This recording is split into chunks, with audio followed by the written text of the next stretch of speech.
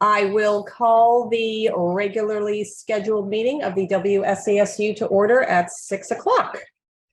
I have no additions to the agenda, so we do need to move right into the election of a new board clerk. Just for information's sake, the clerk is mainly needed to sign certain documents. So I don't want people to think that the clerk has to be the scribe. We can have a different scribe, and I'm willing to be that scribe if someone is happy to be only the clerk. Are there any nominations? I will, since Michelle's not here, I will nominate Liz. There is a nomination for Liz to be clerk of the board. Is there a second? Michelle, I see your hand up. Hey, I'm just wondering, I do understand that we need someone in the immediate, but the SD board has postponed appointing their fourth representative onto the SU until I think Tuesday. And can we table this until we have full representation so that we have everyone present? I'm going to be honest, I would rather not. I believe by state statute, we are required to have a clerk, and I would rather not even go a day. We can revisit this next week or whenever the SD board does have their representative chosen, sworn in, and at our next meeting. But I'd rather have someone listed as clerk of this board. I have a question. Yes, Liz. How often do you have to sign things? I would say 2 to 3 times a year. Oh, okay. Well, I know that the clerk needs to sign the pre-K partnerships. I'm trying to think of other things. I don't know if the clerk signs the contract. The contract. Yeah. I feel like those are the 2 things that I can think of that the clerk has to sign. Okay, so, I'll have a key to my car soon. Okay. Liz, we will deliver. Okay. All right. Thank so we have a motion on the table nominating Liz to be our clerk. Is there a second?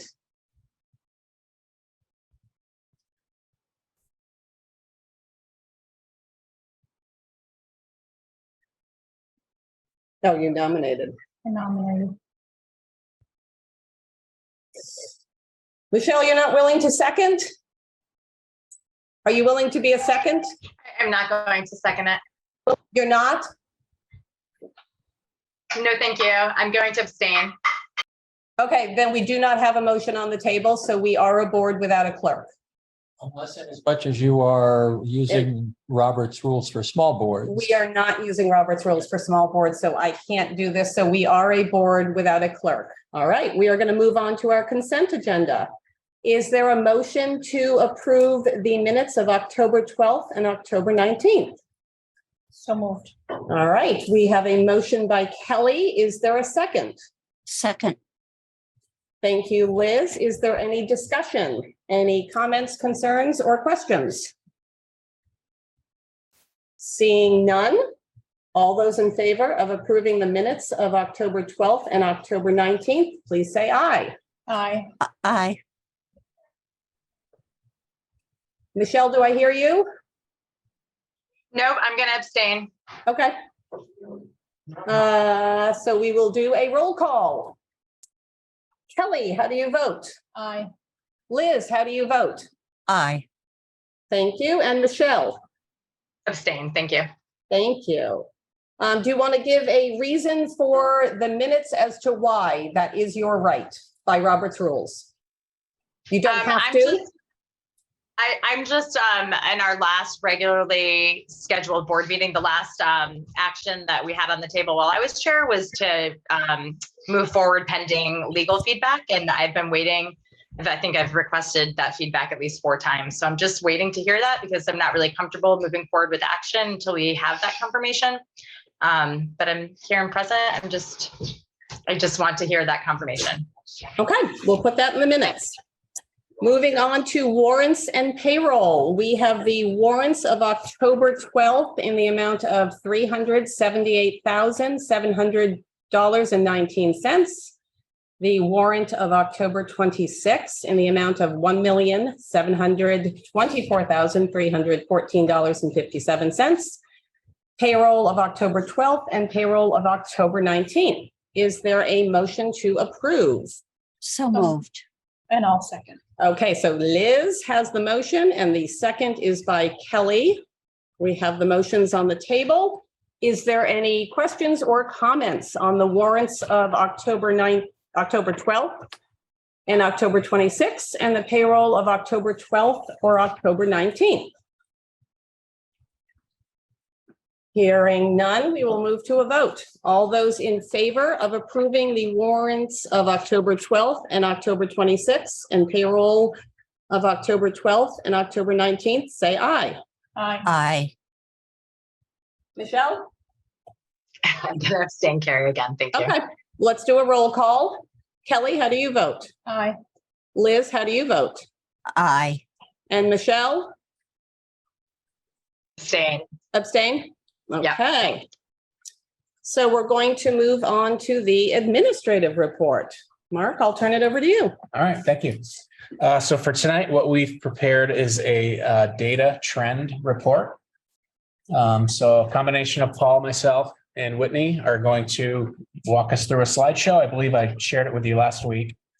And essentially, it's highlighting the effects of the pandemic, taking a look at past history of data and kind of where we are right now and how that there are implications to our budget in terms of how we're moving forward to support our students and the needs of our students. Okay, and just note for the public, this is on the SU website under our agenda, and it was emailed to board members on Friday. I'm just getting it slid over onto the main screen. I can no longer see it now. Oh, okay, all right, so this is interesting. And who can see it, who can't, maybe what I'll do is stop sharing. No, then the folks back home can't see it.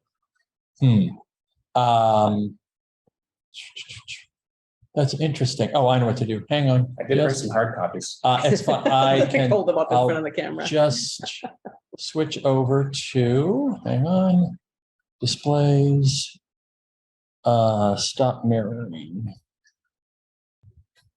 I can see. Yeah, no, I just got to stop mirroring. Hang on just a sec. Come on, stop. When you have, oops, too many people online. Hang on. Done, that's fine. Display settings. Come on. There. Okay, now we should be able to see, everybody should be able to see that, and I'll get that out of the way. And that out of the way, oops. And Michelle, I'm hoping you'll be able to admit folks when I am presenting. I can certainly do that. Thank you. Slideshow. Okay, everybody see that okay? Great. I'm still not seeing it on Zoom. Oh, that's interesting. All right, hang on. Let me try one more thing. You're seeing that. We're seeing the agenda. Yep. I'm gonna, oh, maybe I can do it this way. Oh no, it's there. That's why I'm gonna stop sharing and try sharing again.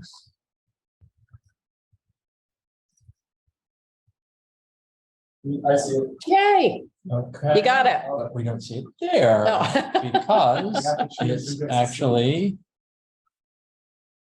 there. I can still see it. I think we got it. Yay. All right. Bravo, Paul. Perseverance furthers. Okay. So, I'm going to actually stand up. So there's a couple of pieces here. This is going to be a data presentation in order to keep the board updated on sort of where we're at. It's also solving one of the, or not solving, but responding to one of the requirements in policy, which is to, let me get rid of those if I can. Put them down in the bottom there. Okay, I'll admit you. There we go.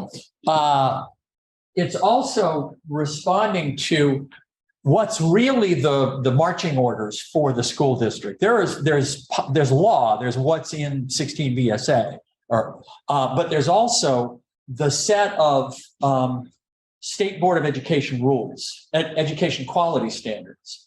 And the education quality standards require that we do things, oops, goodness, I'm going to ignore that right now. Requires that we do things like gather data, use the data for comprehensive needs assessment, for continuous improvement planning, all of that, and to report to boards. And it also requires us to have a comprehensive assessment system. And so our assessment system is what drives the decision-making in the district, including interventions, programming, staffing, continuous improvement, et cetera. So this is killing at least two birds with one stone. I hate that metaphor, but that's, sort of, we're trying to solve multiple purposes here. And can I convince this? Yes. Our local comprehensive assessment is covered in policy F22. And for us, oops, grab that. These are all the kinds of assessments that are in place as part of our comprehensive assessment system. Benchmark systems, and by the way, let me pause and say, I did not put this slide together. I am not nearly as graphically gifted as Bryn Tucker is, and she put this together. She's kind of got this amazing sense of how to present things in a way that is really clear. I truly admire and aspire to be as good as her at that. So these are her slides, not mine. Mark, go ahead. Can I just say, I think this slide is a very important slide because I think we get caught up in looking at a lot of benchmark data in making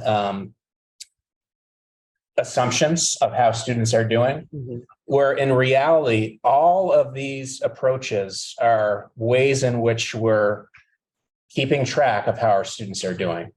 So I think we're going to take a minute and just walk through each one of these and share how they differ, but also highlight how important it is to look at all of them in deciding how well students are doing and setting goals for next steps. Right. So if when one says assessment, a lot of people think, oh, that means the end of unit chapter test, or it means statewide assessment like the SBAC or the NSREs, or the new one, which is going to be Cognia. And you don't think of assessment as more than, at most you might think of, oh, there's summative assessment, which is things like tests and the statewide assessments, or there's formative assessment, which is exit tickets. And there's a much broader scale of all of these different assessment types. In fact, I teach a course at Keene State on assessment, including, and the way Bryn has set this up is to really frame it in terms of a doctor's visit, right? So a benchmark assessment is what we do 3 times a year, and that's taking a temperature. It's very quick. It gives us a good sense, a good predictive sense of who are the students that we need to make sure they have the kind of support that they need in order to fully access classroom core instruction and be successful in some of these other assessments, and particularly in terms of the large scale statewide assessments. So you think of it as taking a quick temperature check to see if there might be a problem. An informal diagnostic might be some additional digging to try and sort of figure out, oh, why is that temperature so high when it should be, or as high or potentially as low as and it should be. So you can think of that as maybe additional blood work. What might be causing the challenge. Progress monitoring is something that we would do in order to determine if the support we're providing is having an effect. And so we would want to either, as part of progress monitoring, if we're detecting that there is improvement, keep doing what we're doing. And if there isn't improvement, what do we need to do different? Because we don't, and so that's necessarily on a much shorter cycle. Progress monitor, modify interventions if necessary, progress monitor again, a much shorter cycle than either the benchmark 3 times a year This is sort of just to dig in, maybe toward the beginning of the year to dig in. You might do an informal diagnostic later on to kind of make sure that what you thought was going on is correct.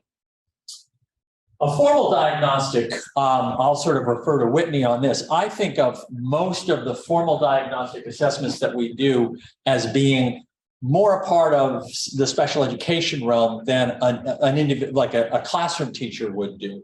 And I don't know, I mean, whatever the formal assessments are. Yeah, we have a really incredible West District evaluation team. And on that, we have a school psychologist, a speech language pathologist, and educational evaluators. And so when some of these other measures that Paul's talking about are concerning, we bring students up to our educational support teams that we have at each of our schools. And we've worked really hard to make those systems really robust as far as cycles of intervention and then coming back together and did the student respond, and if there's evidence that they're not responding and the team is concerned about a disability, then that's when we might refer for a special education evaluation and do some of these more formal diagnostic assessments with a school psychologist or a speech language pathologist and determine eligibility for special education.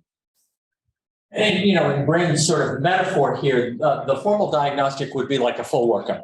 Like we've got NASA, we've got a problem here. Let's really deeply understand what's going on.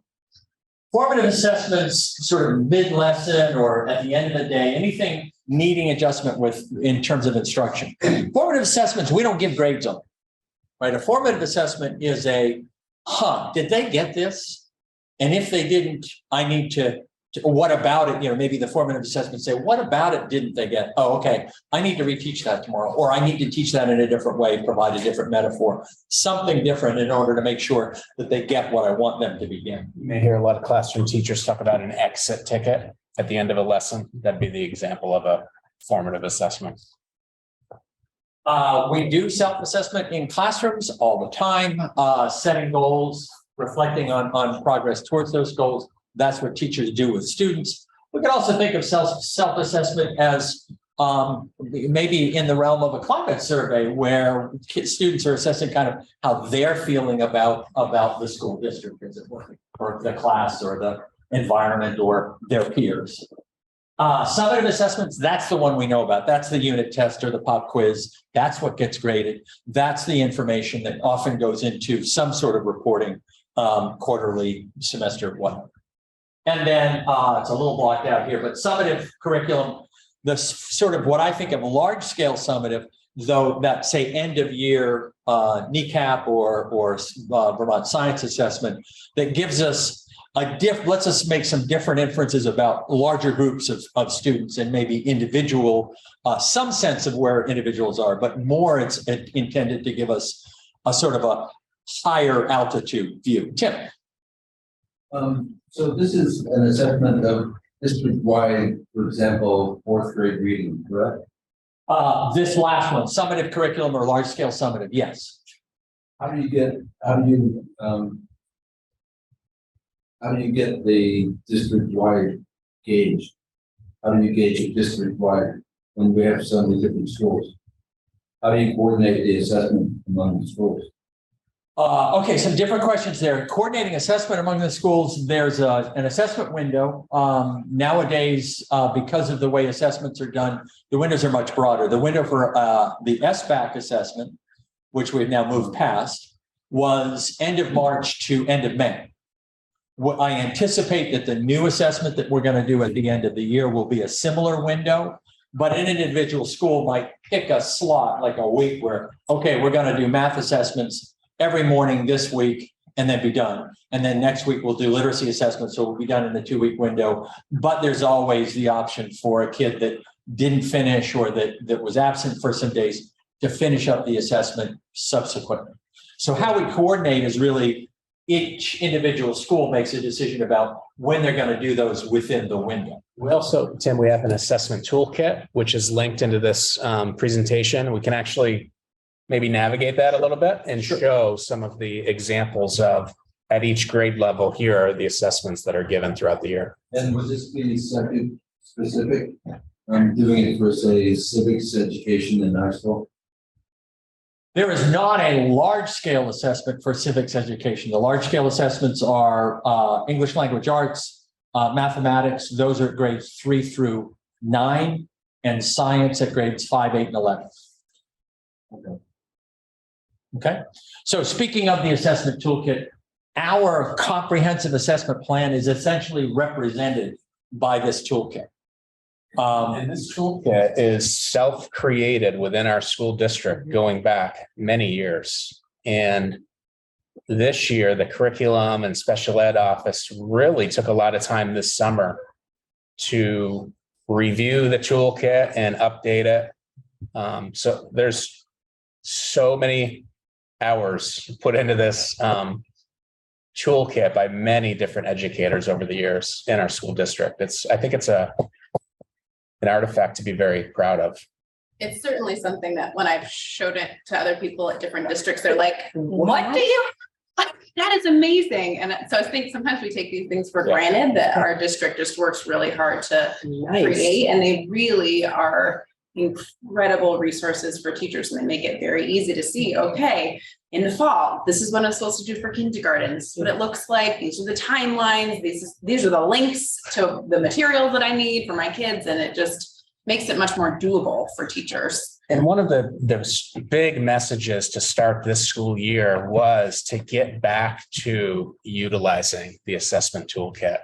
And where frankly, when we were in the middle of pandemic and balancing at-home instruction and Zoom links and supporting very frail children with social emotional needs, we got away from this. I think everybody in the nation likely did.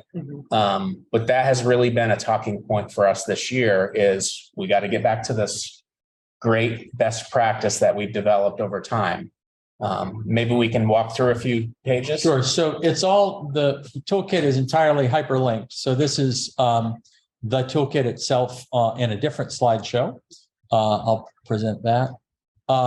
And we can, for instance, let's look at, you want to pick a grade to look at?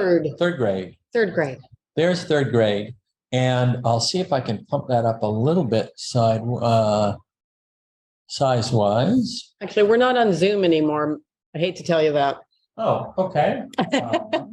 What are you seeing on Zoom? I'm still seeing your. Oh, I see. Okay. Yeah. We can hear you. Oh, I know you can hear us, but you're not seeing what we're seeing. Oh, I see the teaching and assessment toolkit. Yeah, no, we're trying to go deeper. So give us a minute. Okay. Because it's really cool and it's worth seeing. And here, oops, no, I'll go there. We're challenging you tonight, Paul. In the slideshow. And then I'll go here. Where am I? Paul deserves a bonus. Okay, actually, let me do the assessment toolkit. Are we all seeing that now? We still see you. Oh, okay. And you look wonderful, Okay. Oh, that's why. Okay. I have to do this, which is share my screen again. And it's that one now. Okay. There we go. Now we got it. Okay. So this is an example of, say, let me see if I can make it bigger. Can I? No, I can't. Okay, never mind. It's a little hard to see, but each of these represents an assessment that might be a benchmark assessment, like the Dibbles oral reading fluency. That's having a student read a standard passage of text in 1 minute and counting the number of words read correctly and the number of errors, and using that to compute a sort of a score for the student. I want to be clear, we are not in the business of making kids read fast. We are in the business of using a test. We say to the kids, just read at your natural pace. This isn't about fast reading. This is about just reading the passage. And that single metric, that words read correct, is a hugely predictive measure of outcomes in terms of students' whole English language arts performance, not just reading. And using it, and that's one of those thermometers that using that and students doing well in oral reading fluency, that's a good predictor that they are generally going to be able to access core instruction, perfectly well and progress as we would want them to. But students who are scoring below national percentiles, who are sort of showing up as, we might want to look to this student a little bit more. Those are the students that we do some informal diagnostics. We perhaps provide some additional intervention work, some differentiation in the classroom, some skills block intervention to make sure that their benchmark scores are going up. We might progress monitor using the same measure. And then in winter, in the winter benchmark period, the second of the two, we would expect to see some progress. Do the same thing throughout the spring, and at the end of the year, expect to see some progress. In some cases, it might take us more than a year, right, to bring things back up, but that's the overall approach. Guys, did I any more you want to add there? No, I'll just say data from years of research backs up exactly what you just said. Because if kids are struggling if they're reading slowly, it means there's some problem in decoding and orthographic mapping in automatically recognizing words. And the issue with that is that it's going to affect their comprehension. And if it affects their comprehension, it's going to affect their comprehension in science and in math and in social studies. And then you've got a bigger problem. So these are all the literacy measures. The headings here, what's the assessment? What are the targets for fall, winter, and spring if they're a benchmark assessment? What students should be assessed? And where are we storing the data? Because we pull all those data in order to drive benchmark data meetings that happen 3 times a year, or drive our, sort of on a broader scale, drive our continuous improvement plan. Progress monitoring meetings during team meetings. Yeah. So here's what's happening in 3rd grade for literacy, what's happening in 3rd grade for math, what's happening in 3rd grade for SEL. This doesn't include all of the other diagnostic assessments, all of the other formative assessments that students are doing, that teachers are doing on a regular basis. Like a daily basis. Yeah. Okay, so that sort of clarify there. So each grade has one of these with hyperlinks to take them to what the assessment looks like. How do I deliver the assessment? And as I say, where do I put the data when I've collected the assessment? So as a teacher, you can imagine how nice that is to have that at your fingertips. It's just a wealth of information that is organized, and it as you plug information in, it stays organized and it calculates. So. And having, Bryn and Paul and Teen and Lily being able to provide professional development, we had at one of our recent PD days, we had them do a workshop for the special educators specifically on the math assessment system and the reading assessment system. And even just to do let's make sure we're all administering this in exactly the same way, so that we're really measuring what we want, what we think we're measuring, and can we all access it? And that time is really important for teachers too, to come together and make sure we're doing things in a way that's systematic and makes sense. So the assessment system, the comprehensive assessment system that we have, is intimately integrated with multi-level, multi-layered tiers of support. MTSS, we're now calling LSS, multi-layered system of support, which includes the notion of universal core instruction that's delivered to all students, driven in many of the subject areas by a district curriculum. We're identifying priority standards. It includes whole class and small group instruction. And the instruction is driven based on, most often, on our formative assessments. We think about what should be happening for assessment. Formative assessment should be the majority of assessment that happens for students. What happens that day during that lesson? Right, because that's what drives instruction. We also want to use these other assessments, benchmark assessments, interim assessments, large scale assessments at the end of the year, to help us with that larger view. But it's really the formative assessment that drives what happens in a classroom on a day-to-day basis.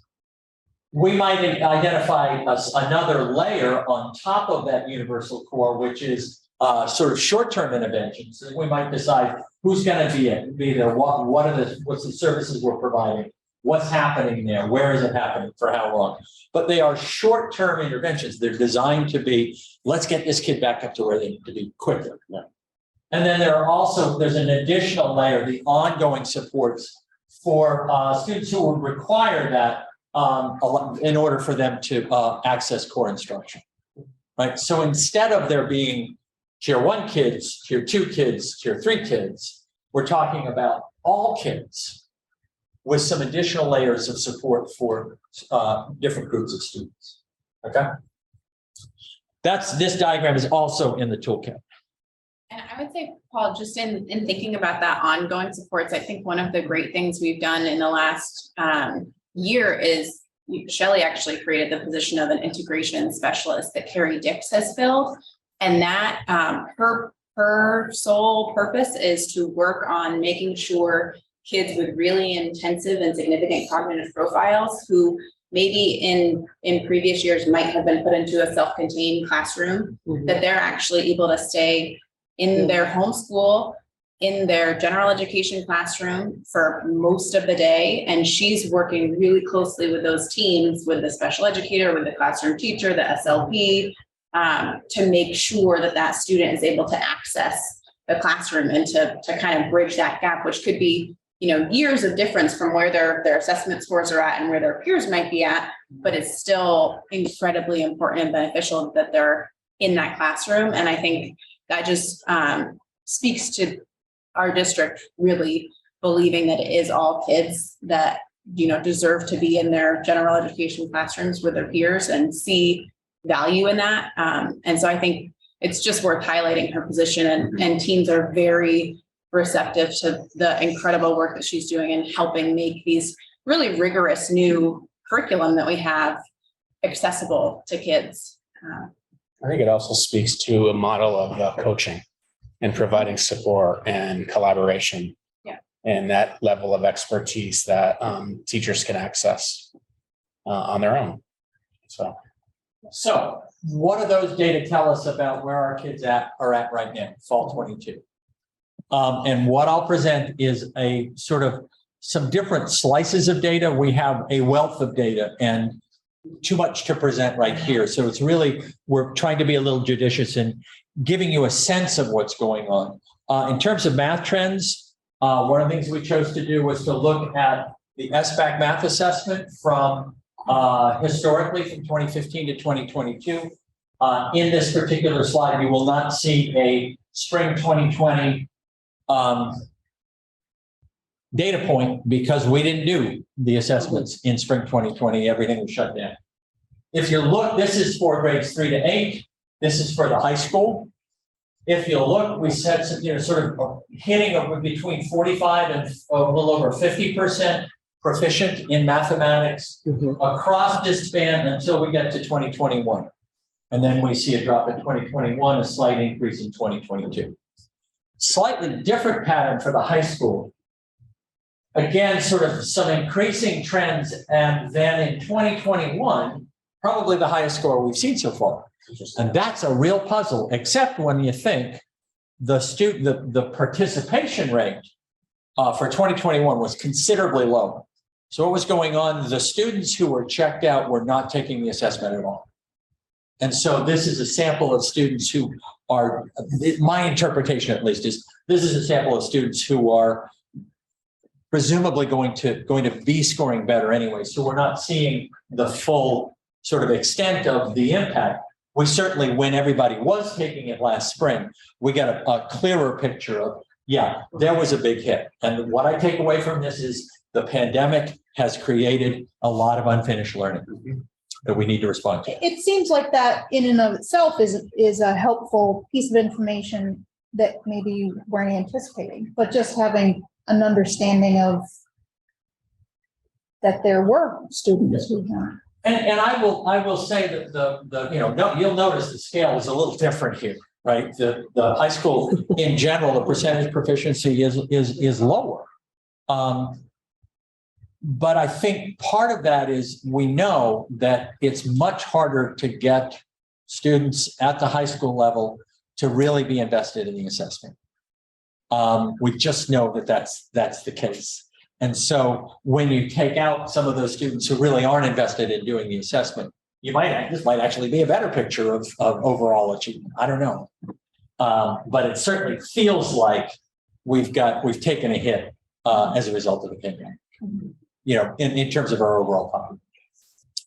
So here's this is a sort of on the other end of the grade scale. So this is a universal number sense screener. It's an interview-based assessment where teacher sits with student and has a little interaction, gets them to do some math tasks. As I say, it's at the earlier elementary grade. Well, it goes up through 6, but we're really focused on the earlier grades. And again, this is just for this year. The interesting trend here is this drop off with respect to proficiency according to this assessment in the upper grades. And again, I think what I would interpret is the math, certainly as you move up here, is more of a challenge for students. Moving into 4th grade, we're talking multiplication, moving into fractions. And there are some understandings that it's quite possible that those students didn't get sufficiently while they were being remote or out, sort of out for extended periods of time because of COVID the last 2 years. So these upper grades are I think we're seeing to hit more in the upper grades.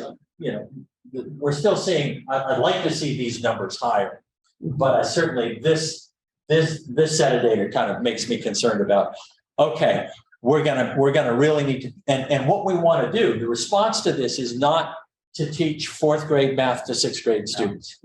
The response is to accelerate the learning of the 6th grade students so that they're caught up. And how do you go about doing that?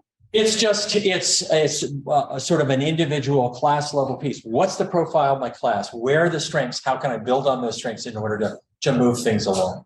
How are we utilizing those layers of intervention? How are we using data to identify growth spots that individual students need?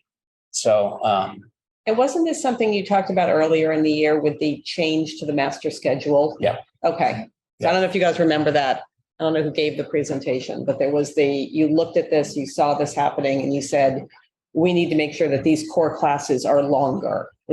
Am I remembering it correctly? That was at the core of a lot of most of our work last year as an administrative team was looking at MTSS at the time and EST, where we identify interventions for students and building master schedules that efficiently deliver supports to kids. Okay. So that's what we're now trying to implement this year, which is why coming back to the assessment toolkit is so important, because you need data to help you in guiding good decision making and targeting interventions for kids. In terms of literacy results, this is the percent students proficiency in the benchmark screener. That's oral reading fluency, and what the benchmark screener was. Oral reading fluency across the district. That's this year. So a real different trend from what we saw in prior years, but still there. And I guess the concern is those students who are coming into the system with appreciably lower scores. And again, I'm thinking this is about, for reading, the key skills are back here in KM1. And if they didn't get those skills coming into KM, sort of the prior skills, that's where the work is for literacy. And we can certainly see that. Here are 2019 and 2022 benchmark scores. In 2019, the 3rd grade was scoring at 70% proficient, 4th grade 75% proficient. This year, 45%, 48%. So that's to me that's the hit that we took. As a visual, I think this is the most telling slide. The year before the pandemic compared to the effect of the pandemic. Those are significant percentage changes, and they're consistent from 1st grade to 6th and the entire SU. And then SEL data that we have. This is the student climate survey. Panorama, spring 22, 3rd through 5th is blue, 6th through 12th is orange. You've seen these data before. This is just a different way to present it. Here are some different questions. I'm respected by the adults in my school. My principal cares about me and everyone in the school. And the percentage favorable responses. And again, recall with Panorama, we're talking in a 5-point scale. We're talking about only the top 2 categories, not that middle. I could go either way, only the top 2. So the percentages might be depressed a little bit, But you can see, again, third through fifth and 6 through 12. So in summary, percentages trending down. This is true in Vermont generally and nationally. Everybody took a hit as a result of the pandemic. Huge need for differentiation in our classrooms. Pay attention to the most vulnerable learners, align resources and evidence-based programs to intervene. Carefully monitoring progress helps us learn if what we have in place is working. Accelerating learning and scaffolding up is needed to keep the complexity, motivation, richness, rather than scaling back like we don't want to teach fourth grade content to sixth graders or to seventh graders. Kim. So I was reading nationwide, some districts are even going to the extent of lengthening the school year. Is our AOE suggesting any change to help schools? I'm not hearing anything about that.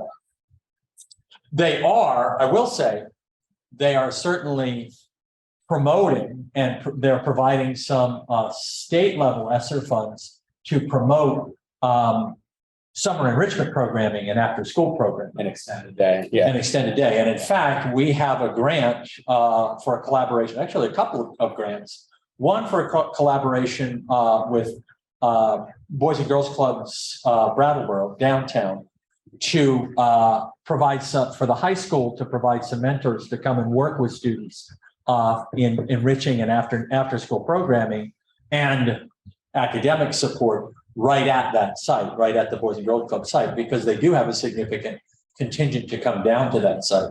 And then also at Putney, there's funding for a new after school programming that's starting up for Putney Central School.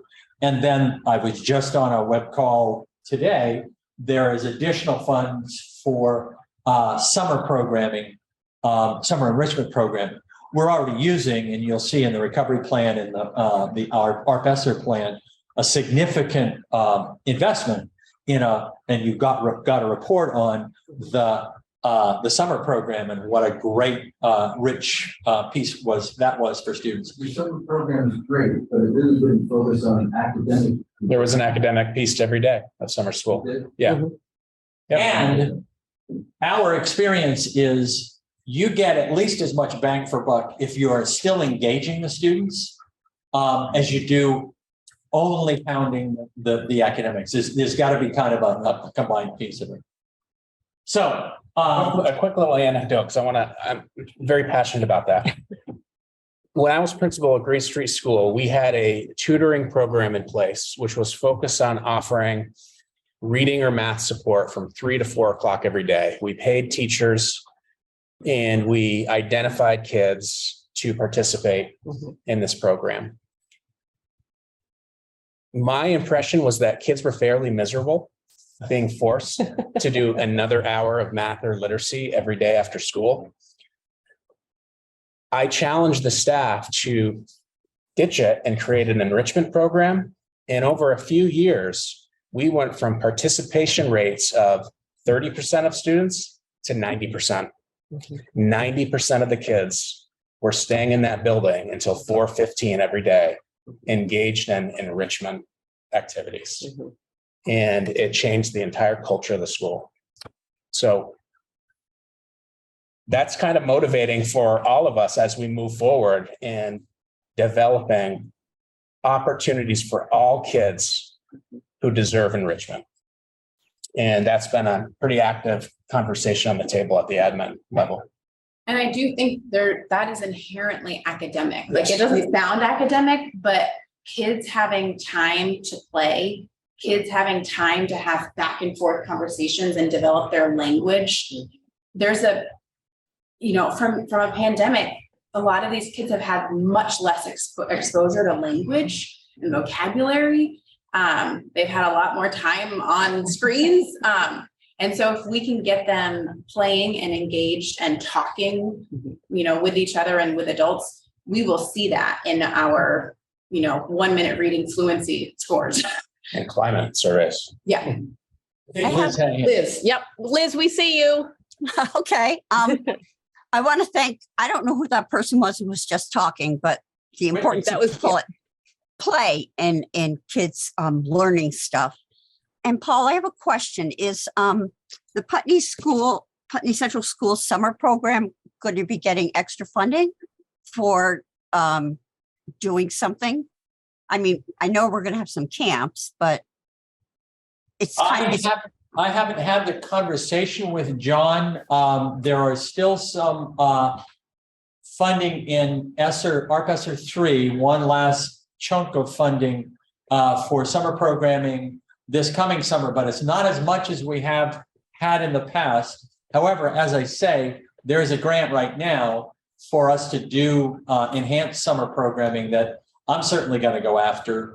As well, the program that Katie Emond is putting together that we got some grant funds for. She, I know, is planning on working with John as part of whatever summer programming gets put together.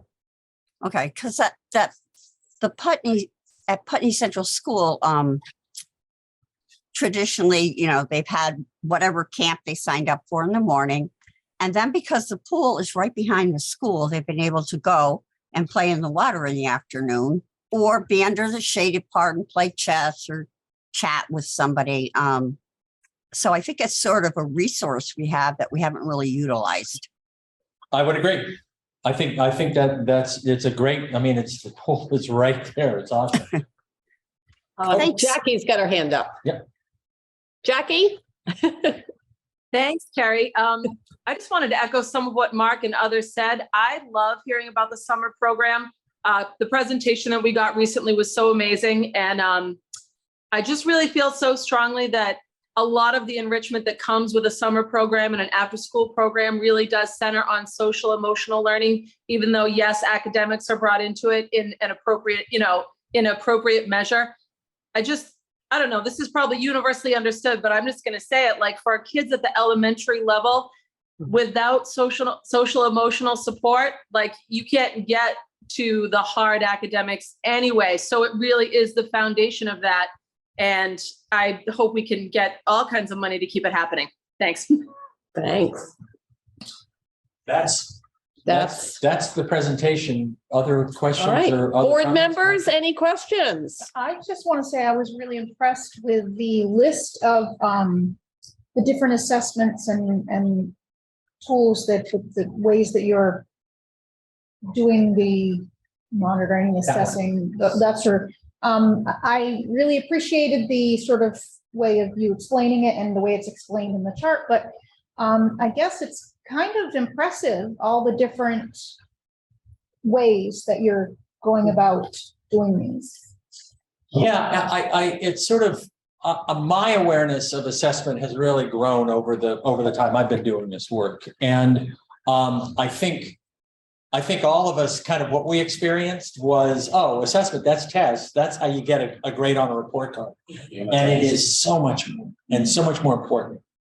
I think the next wave for us is to make sure that the assessments that we're providing are universally designed and accessible to all students.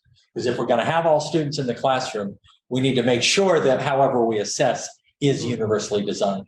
And the cool thing is a lot of the software, and I know it's crazy, we're going in with a new vendor for the large scale assessment, the statewide assessment, but every time we do that, what you think of as bells and whistles, but really the essential stuff for to engage all students and to provide to differentiate for all students gets built into whatever the testing is. And it's a huge improvement. The difference between the old NSREs and or what were they? And SBAC was immense. It was a huge leap, and I'm expecting another big leap.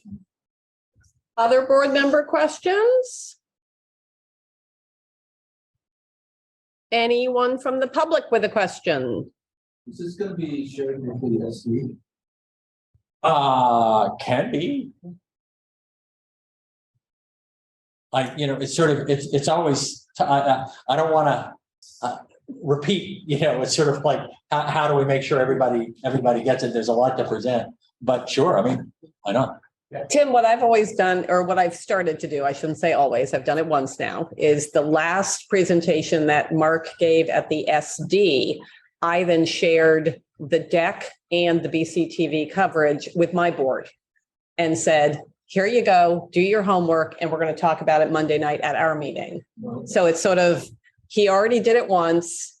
I'm going to give you the thing, you can watch it, and we'll talk about it. But that way it's, administrators are doing this hopefully once, maybe there can be a recap or something, but. Makes sense. All right, thank you. Thank you very much. Thank you. And I'm assuming we'll probably do this again at a later date. Yes. Okay. Yeah, I think we have that built right into the schedule. Anything else on administrative report? No, that was the focus for tonight. That's the focus. All right, great. Moving on to unfinished business. Can I share my screen? Sure can. Let's see if I can do this with. We are moving on to Superintendent Evaluation, current status and next steps.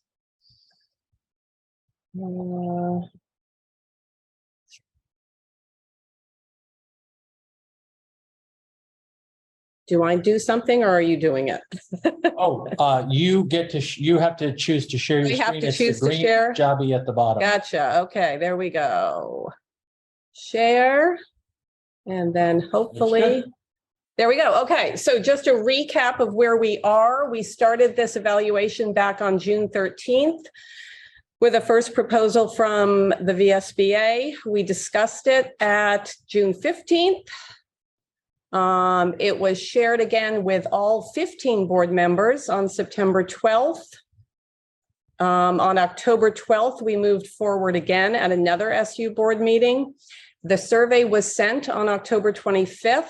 I did attend the SD meeting to No. give a, What the give a heck? plea- What color am I? Oh, I'm give a orange. plea to I wasn't people. even playing. You got a got little it? bit Hang on, there, I'll Layla. just, How'd I'll that mute feel? somebody. Then on November 2nd, we got a reminder, and I reminded my Vernon board members, the deadline was the 4th. And on the 9th, I am giving you an update. So the update is participation. We had 11 of 14 board members complete the survey.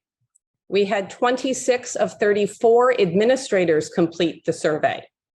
I did ask Sue Siglowski today, how does that fare? And she said, that's typical. Don't really want to be typical, but I'll take typical right now. And next year, we'll see if we can improve upon that. We will be getting a write-up from the VSBA the week of November 21st. The central office will mail us the document and then we will collect it after. This is privileged information. Where we need to go next, we want to be scheduling at least a 1-hour meeting for the week of December 5th, if possible. At that time, the board will review the document in executive session along with the VSBA. Then we will invite Mark and his mentor, if he would like, in to join us for the review, where we can discuss goals as a group. Then we will, in effect, put the goals back in your court and say, write them up, present us with a draft, and at a subsequent meeting, we will hopefully approve those goals. At that point, the VSBA will create a final report with an overview of the results, the agreed upon goals. You and I will sign it, and we're good for a year, hopefully. So are there questions from the board?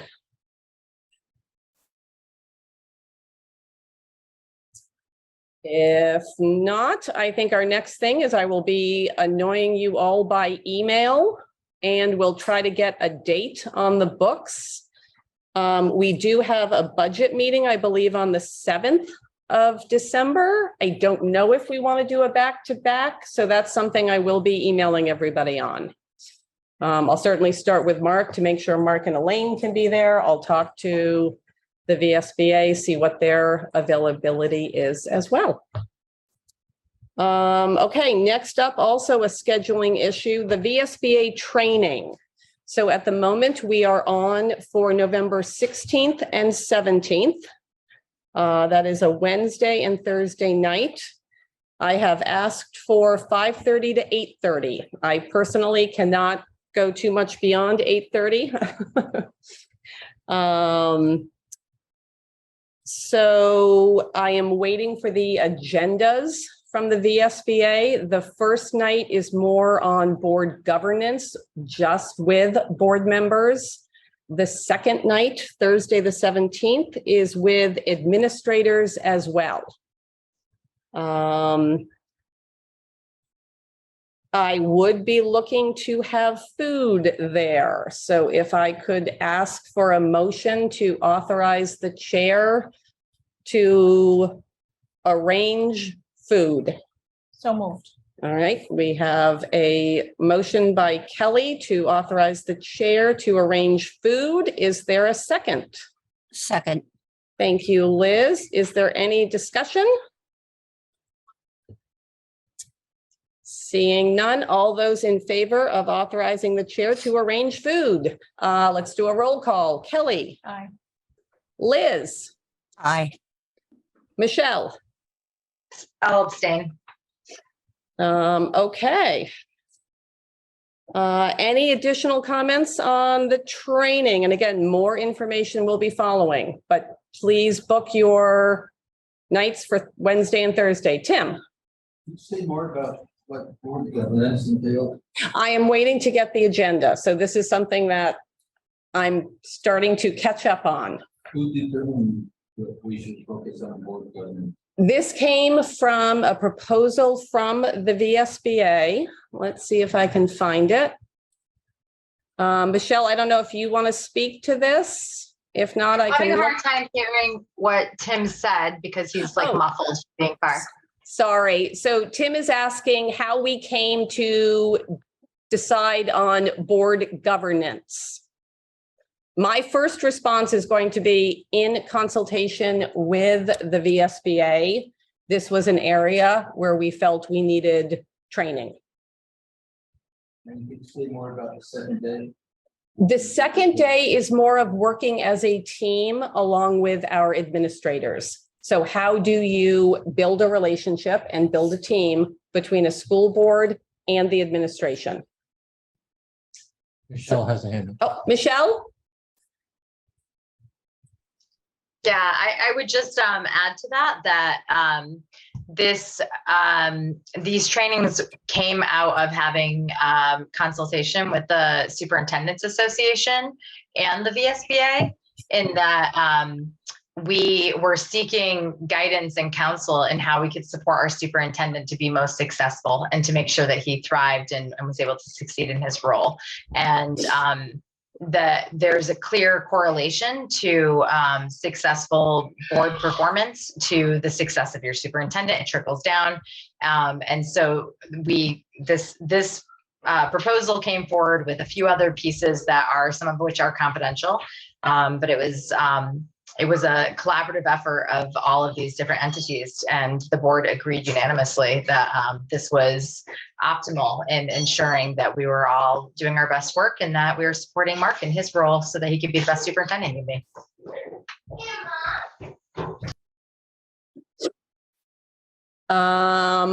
All right, moving on. I am going to put Code of Ethics on the next meeting. I tried to take both documents and I'm embarrassed to even share what I came up with. There were too many colors involved, so I think it's best we put that on to the next one. Under new business, retirement, special educator, Mark. Yes, we have Deb Moransky, who's been a special educator at Academy School, who will be retiring at the end of the school year. We'll put in the minutes, people started crying. Would someone like to move the retirement of Deb Moransky? All right. So moved. Is there a second? Second, but can we add with appreciation and regret? Absolutely, absolutely. Let's do a roll call. Kelly, how do you vote? Absolutely, but with regret. All right. Liz, Yes. And Michelle. I'll abstain. Thank you. Okay. Budget preparation. Yay, people, it's that time of year. Okay, so I wonder if we could get this document, Paul. It's on the website under our agenda, and I think I shared this with board members as well on Friday. Yeah, I have some hard copies if you. Okay, I've got mine. Do you need one Yeah. to see? Budget development overview. Yes. Yeah, Tim, would you Yes. like a copy?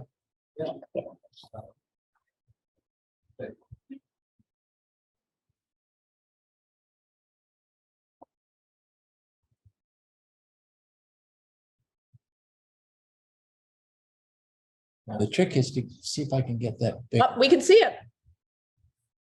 Oh, you're trying to make it bigger. There it is.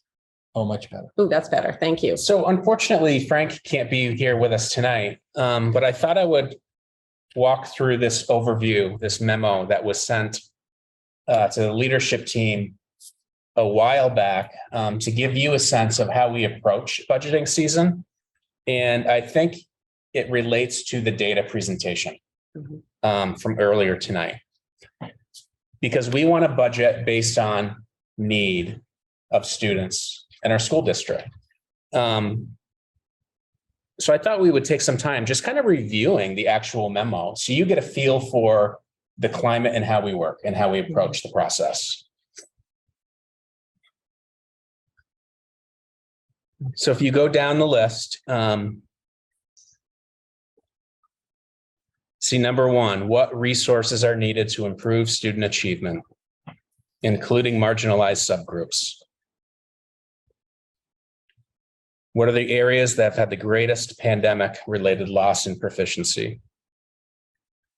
Number two, how are we training our teachers and supporting them, including instructional coaches? And how are we creating, what are we doing to address social, emotional, diversity, equity issues that interfere with access to Tier 1? Number three, a focus on professional development. And how do we identify a professional development that's going to have the most impact? Number four, focus on student engagement activities. You know, a question, do you have budgeted? What do you have budgeted that are planned to address social emotional learning and specifically address pandemic effects? Number five, what systems are in place? You know, we've talked a lot about MLSS, EST. If there are things lacking in your school, this is an opportunity to add to those systems. A nod towards mental health employees, the EST process, 504, IEP teams. How are we supporting those teams with student outcomes? 5B, academic and behavioral specialists to support not only academics, but social emotional learning. We're asking folks to really take a hard look at their internal infrastructure to support those social emotional needs.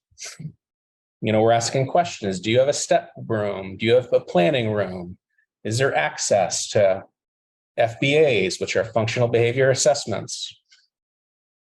5D, coordinated curriculum. We presented earlier on some curriculum that we're implementing. Are we implementing it in a smart way? Are we supporting our teachers? Often that comes with money for training and how we approach that. And then number six, taking a look at safe and healthy learning environments and how our capital improvements, our building improvements have an effect on that. With a focus on local climate change and being efficient.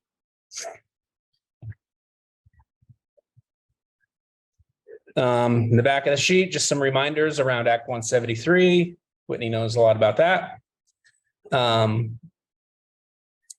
Noting that health insurance costs will likely rise, and we'll have to be thinking about inflation as we build our budgets and communicate with the community. And then just the last paragraph, the importance of staff engagement in the budget planning process that will provide the best plan to meet student needs. So we're encouraging, facilitate a schedule with your staff over the next 6 weeks to seek their input on these strategies, on how to best meet student needs. I think this memo just says a lot about how we approach budget season with our administrators, with our teachers, with our schools. So I'm proud of this approach. It's not just looking at the bottom line, thinking about a percentage where you want to be. It's actually, let's focus on the needs of kids. And that should be aligned in the vision of our budget. And then below there, you see the dates. We're in early November. Frank and his office has done the work with individual principals in their schools. We're at the point now where Frank and I and curriculum and assessment, special ed departments will engage in the process with the big picture view. And then hopefully at some point, likely by the end of next week, we'll have an internal draft to be looking at. Which brings us to draft review with the leadership team. And then in December, a really clear focus with the boards, the finance committee, SU board, SD board. So that's the outline. As you know, Frank can really get into the specifics with the numbers and the impacts, but I really wanted to focus on the approach to how we go about the budgeting. Can I add one more thing? In my tenure in the curriculum office, working on budgets, I am just astounded at what Frank has been able to do in terms of using the software that we have to empower principals to really have so much of a deeper understanding and handle on their own budgets. I think the fact that we came in last year so close to budget projections is really a testament to the way that Frank has provided professional development to administrators, including myself, to really get a much stronger handle on the budget. It's really quite amazing. And with a stronger handle, you can make a smarter approach in creating a budget that has impact. Yeah. And if there's one thing Frank says is, this is about student outcomes. Our budget has to be about student outcomes. Question from any board members? Question from anyone in the public? Okay, for board members, I am going to make sure I am operating under Frank's most recent timeline. I think that has us meeting on November 30th to start our process as an SU. So remember, we're not a taxing authority. We are putting together our budget, which we try to, I think it's scheduled to be done by December 21st. And at that point, we are in effect passing the assessment on to Vernon and the SD. And at that point, Vernon will work on their budget with our SU assessment, and the SD will work on their budget with their SU assessment. Want to run something by board members. So right now, actually back on June 22nd, the SU board voted to, quote, authorize BCTV to record regular meetings and as needed, end quote. Is everybody comfortable with that language being used so that they can also cover our budget meetings, which I believe are November 30th, December 7th, December 14th, and December 21st. But again, I will confirm those with Frank. But as long as board members are comfortable that budget meetings are as needed, we're good. Michelle has a hand. Michelle? Yeah, I just want to say that I support that. I believe that we talked about it being at the discretion of the chair, and I think that that's wise. Okay. Liz or Kelly, any comments on that, or are we good to move on? I agree. Okay. I agree too. Okay. And then I think I just want to make sure as we're doing this, that we are in communication with the SD Finance Committee and Independent Budget Review Committee. Anyone is welcome to come to the SU meetings to see how we're doing our side of things before we pass it on, but it does impact you later. So I just want to make sure everyone's good, that I will be announcing to the world when our meetings are. All right. Next up, public comment for items not on the agenda. Is there anyone in the public who would like to make any comments? Raise your hand, please.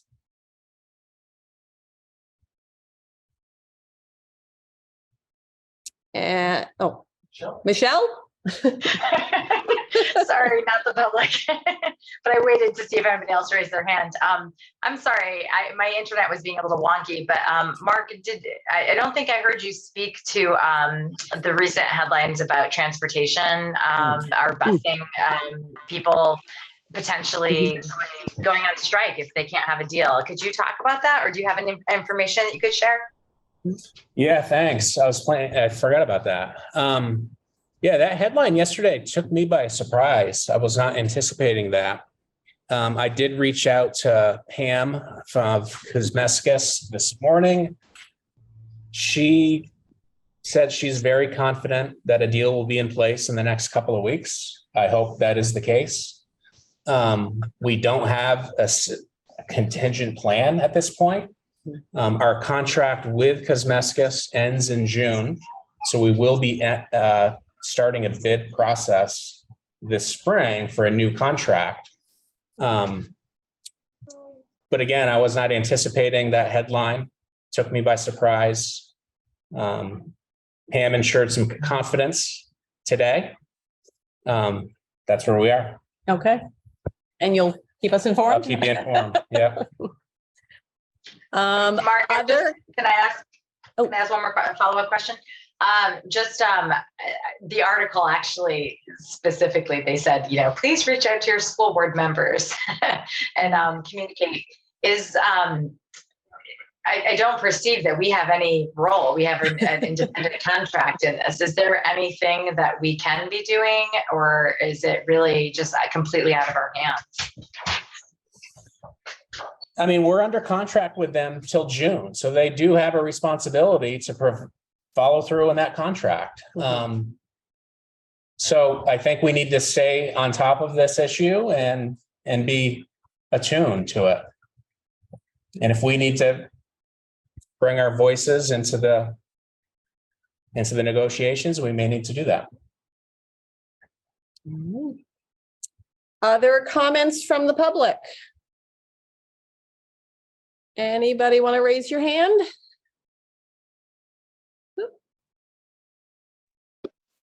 Last call for comments from the public. Retha has unmuted, but I don't see a hand. Retha, do you have a comment? Yeah, so we are part of the FM Kosmeskis in Brattleboro. Both drivers and monitors have said that we will strike come December 1st if a contract has not been reached. Reason being is we are the lowest paid drivers in the area. If you go across the river, you have drivers who are making anywhere from $27 down to $24 an hour. There's lots of different questions that we're unsure of as far as what they're proposing for a new contract. I don't know if you guys know, but FM Kosmeskis has been bought out by Beacon Mobility. So they're a hedge fund company that kind of oversees FM Kosmeskis. Pam does still run the day-to-day operations of things. At this point, I would like to hand it over to one of my other coworkers who have been working diligently with the union and everyone to try to get this contract going. So Ron or Kelly or Gretchen, if you guys could step up and let them know what's going on. So who is next? Can someone raise their hand or?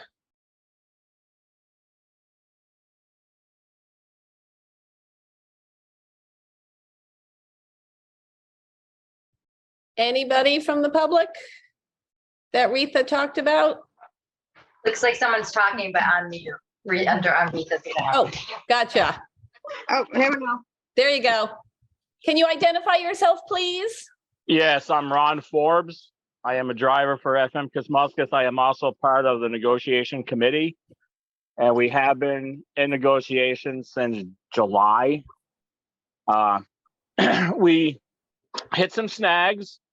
Some of the issues are, a lot of it is due to like the insurance. What they're wanting us to agree to for insurance for new people is 100% totally unaffordable.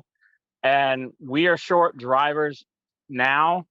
We can't get new drivers in if we're not going to compensate them properly and to let them have insurance. I mean, those are the big things. The pay and the insurance are two of the biggest issues.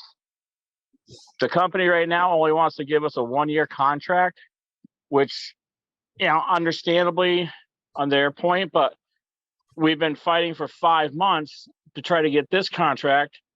If we go for 1 year, we'll be right back into negotiations before we even get our feet settled. There are issues, and we know that there's issues with driver shortages. We've had things where we've had a driver that tested positive for COVID, and because we were so short-handed, they made them come in. We had a driver with an eye injury. They were told that, again, we don't have anybody to cover your run. You need to come in. Well, if you have blurred vision, you shouldn't be driving a bus. So we need to get people paid properly so we can staff to give the company all the things that we need. None of us want to strike. We all love what we do. And, you know, we take good care of the kids on our bus. We consider them all our own children. We're very much into their safety. And that's why we're doing what we're doing. And that sentiment about how you care for the kids really did come through in the article, which I appreciated very much. Thank you. Thank you. All right, You're other welcome. members of the public? Liz has a hand up and Michelle has a hand up. All right. I also see Curtis. So let's go to Curtis first because you are actually a member of the public. This is public comment. Hi, so I'm here to support the bus drivers. I've been working with the bus drivers and the monitors. I should say to support the bus drivers and monitors. I've been working with them for several months now to try to get a contract with FM Kismuscus. And I will say the reason we encourage people to call the school board is because Kismuscus has frequently pointed out that the school board has direct pricing power over the monitors. You know, it's been a frequent subject at our negotiations that, well, Kismuscus's budget for bus drivers is set by a contract. The pay rates and the budget for the monitors are actually, according to Kismuscus, set by the school board and the school policy and the monitor policy. And in addition to the rates that the bus drivers are receiving locally, the rates for the monitors are significantly lower than you would get if you simply cross the Connecticut River and were to go look at the Swansea drivers and monitors. They're also significantly lower than a lot of places that we've seen around the state. So that was one of the reasons why we asked people to reach out directly to the school board in addition to FM Kismuscus, because at least according to the company, the school board does have, and the school district does have, that significant pricing power there. I think what that would come down to, Curtis, is taking a look at the bid and what is in the bid. And Frank and I can do that. Okay. Yeah. All right. I do have a feeling this will come up at a future meeting, possibly as an agenda item. Liz and Michelle, this is public comment and we don't have anything on this on the agenda, but do you still want to speak? I do. Okay. I was, I don't know if it's an appropriate question, but I'm curious about the pay differentials between what we're paying on this side of the river and what they're paying, in the Swansea Keene area. Well, that wouldn't be us paying. So we have a 5-year contract. We're in the last year of the contract. Right. I'm curious just about what the pay differential is. Okay. It makes sense to me, if they're Right. All right, Michelle. Oh, sorry, Liz. Michelle. It's Retha on my screen, but if you want to answer that question, go ahead. I think I saw the article, but maybe Liz didn't. Oh. Go ahead, speak. So right now, our senior driver makes $21.65 an hour. They're over to Swansea, they're $24 an hour. The company has told us recently that they understand we have been underpaid for a long time and they wanted to bring us up by $1. Well, if you look at the amount of inflation that's gone on with oil, electricity, gas, food, $1 is nothing. You really can't continue on with this because it's a losing battle. We don't want to be the highest paid. We just want to be average. We want to be in the middle, or the bottom is not okay anymore. Thank you. Michelle, do you still have a question? Yeah, or a comment. I just, and I'm kind of speaking from the public because this is, I just want you guys to know it's a little bit tricky as a board member because our contract is its own thing. I'm not completely clear on any influence we might have, but I want you to know that as a parent and a community member, I see you as part of our school team, and I'm so grateful for my personal bus driver that comes and picks up my children and that knows their names and that knows my dog's names who run out on the road. You guys, I mean, you are part of the academic team in a way. You welcome our children. I just want you to know that you're valued, and as a citizen, I support you. And I will definitely be thinking about ways in which I can advocate for you. I don't know that there's a place for me as a board member, like we talked about, that the contract is separate. But I'm sure that Mark will keep us informed and we'll continue learning about that. And I will personally do my best to make sure that my community knows what's going on, and that, if we can support you, be clear about how, because that's always the tricky part, is people knowing what to do. I'll write a letter. I'm happy to do that as a mom in the district who's really grateful for my bus drivers and you guys showing up in the snow and hanging out outside my house when we're a minute late. I mean, it's appreciative. So I just wanted to say that. All right, Tim, did you have a question? Yeah, I was just wondering what the insurance costs for. You said there's two main factors, the wages and insurance. How much would insurance be? Tim is asking a question about the insurance costs.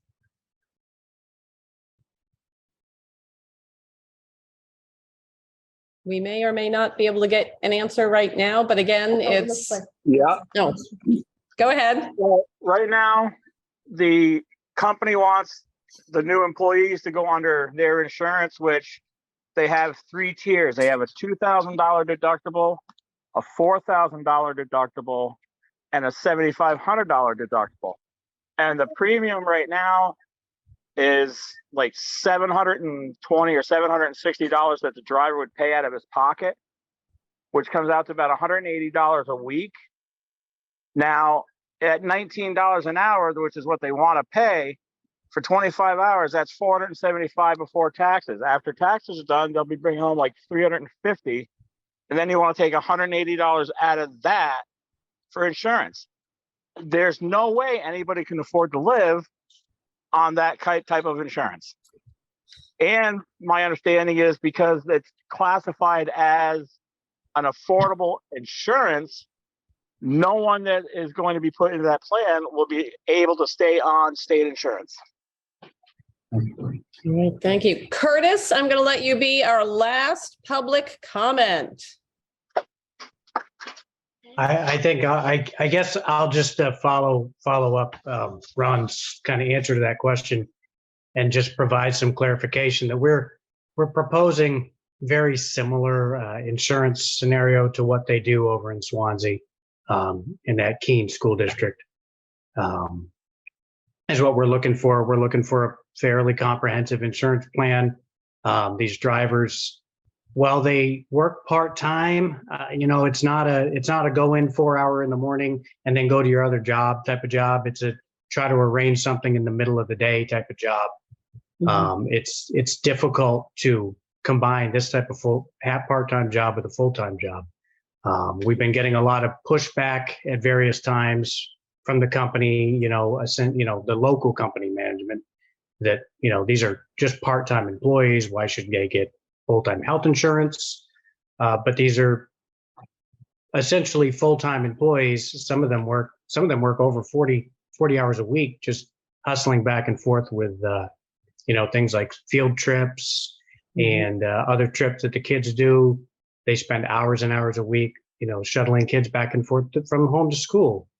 And we feel like they are simply because they are subcontracted out to to another company. If they were working for the school district, they'd be receiving an 80-20 split on insurance at any tier, because that's what the statewide school arbitration dictated in the state of Vermont.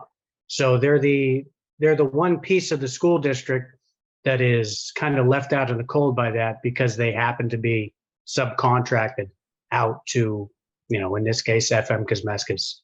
All right, thank you. Next up was an executive session that has been postponed.